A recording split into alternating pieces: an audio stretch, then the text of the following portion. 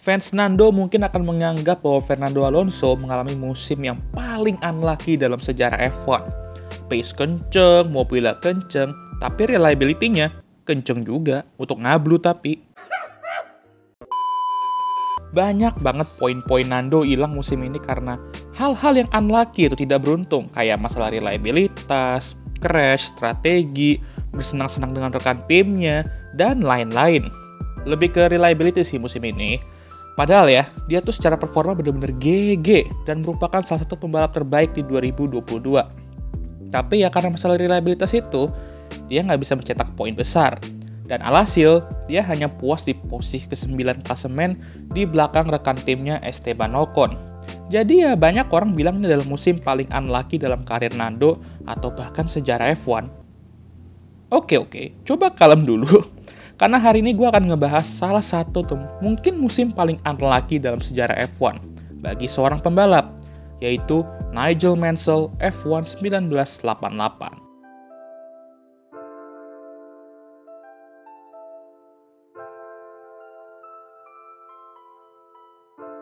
Musim 1988 memang dikenal oleh banyak fans sebagai musim di mana McLaren Honda, bukan McLaren Honda yang ini, McLaren Honda yang ini maksudnya, mendominasi F1 dengan line-up Ayrton Senna dan Alain Prost.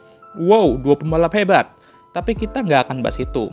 Musim ini juga dapat dibilang musim di mana Nigel Mansell hanya finish 2 kali dalam 14 kali balapan. Finish loh ya, bukan DNF.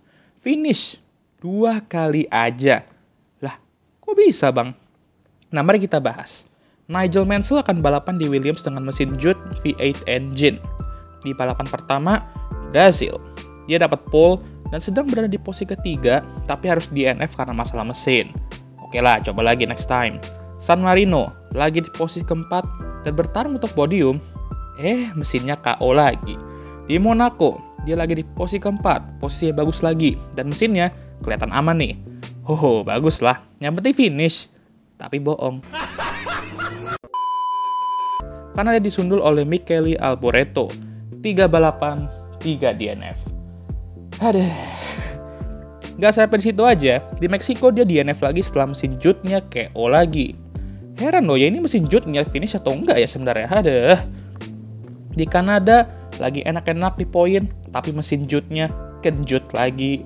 Di US lagi dan lagi tampil bagus, tapi mesinnya juga tampil bagus dalam membuat Nigel DNF lagi tapi. Yes, it's normal. One. Di Prancis, masalah suspensi membuat dia 7 kali balapan, 7 kali DNF. Buset. Oke, lanjut. Balapan di UK dan di rumahnya nih. Jangan sampai mesinnya malah kentut lagi. Untungnya enggak, dan Nigel mampu menghibur penonton karena dia finish posisi kedua di home race-nya. Lumayan lah, setidaknya di home race-nya nggak nakal mesin Judd-nya. Dan semoga untuk sisa musim 1988, mobilnya bisa konsisten. Dan apakah konsisten? Iya konsisten, dalam DNF terus tapi. Karena di Jerman, lagi di posisi ke-7, dia mengalami spin karena gearbox-nya rusak yang diakibatkan oleh bolt yang rusak. Nah, di Hungaria dia DNF, bukan karena mobilnya, tapi dia lagi sakit dan sedang masa pemulihan setelah terkena penyakit chickenpox atau cacar air. Dia sendiri lalu mengakui bahwa balapan di Hungaria dengan kondisinya saat itu merupakan sebuah kesalahan besar, dan hal ini juga membuat dia absen di Belgia dan Italia. Udahlah mobilnya sakit terus dan DNF melulu. Nigel pun juga sakit yang membuatnya absen 2 balapan. Untungnya dia kembali fit untuk balapan berikutnya. Lalu dia kembali di Portugal. Dan saat dia dan Ayrton Senna sedang mencoba untuk nge-lap Jonathan Palmer, yes, ayah dari Jolyon Palmer, tapi dia malah nabrak belakangnya Ayrton Senna dan spin ke barrier. DNF lagi dan lagi. Namun dia bangkit di Spanyol dan mampu meraih posisi kedua lagi di belakang Alain Prost. Di Jepang, dia nabrak Derek Warwick dan merusak front wing-nya. Tapi yang membuatnya DNF ialah ketika dia nabrak Nelson Piquet dan ya kalian sudah tahu lah ya, DNF. Nah, akhirnya kita sudah menuju balapan terakhir 1988. Dan Nigel sendiri sudah dikonfirmasi akan pindah dari Williams ke Ferrari di 1989, tahun berikutnya. Nigel sebelum Australian Grand Prix ini udah pesimis aja dan ngekritik timnya sendiri habis-habisan. Ya wajar lah, udah 11 kali DNF dari 13 balapan, dan siapa tahu mungkin ini akan menjadi DNF ke-12-nya dari 14 balapan. Oh, dia spin, DNF, dan bener 12 kali DNF dari 14 balapan. Nah, gimana?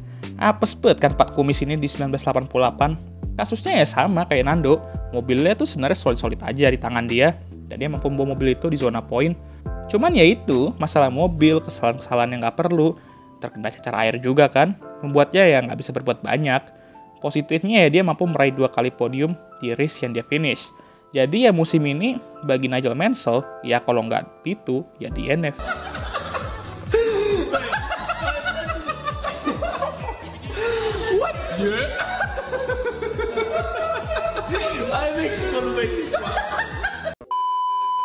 Dia mengakhiri musim 1988 ini di posisi ke-9 klasemen dengan 12 poin. Rekan timnya, Riccardo Patrese, sebenarnya mampu finish 5 kali di poin, tapi nggak dapat podium. Jadi poin kecil aja yang dia dapat gitu kan. DNF juga cuma 8 kali. Oke, itu sebenarnya masih banyak loh bang. Apalagi 14 balapan doang kan. Tapi kalau dibandingin sama Nigel, ya masih mendingan lah. Dan mobil F1 zaman dulu, itu emang gampang banget untuk DNF.